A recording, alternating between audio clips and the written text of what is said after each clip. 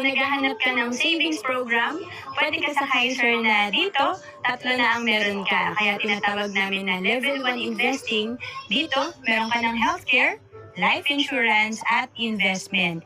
Ito ay 7 years to pay lang at 20 years ang maturity. At kung OFW ka, pwede ka sa Kaiser kasi we have online application. Sabi nga ni Cheryl Cosim, breadwinner, sagot ka ng Kaiser.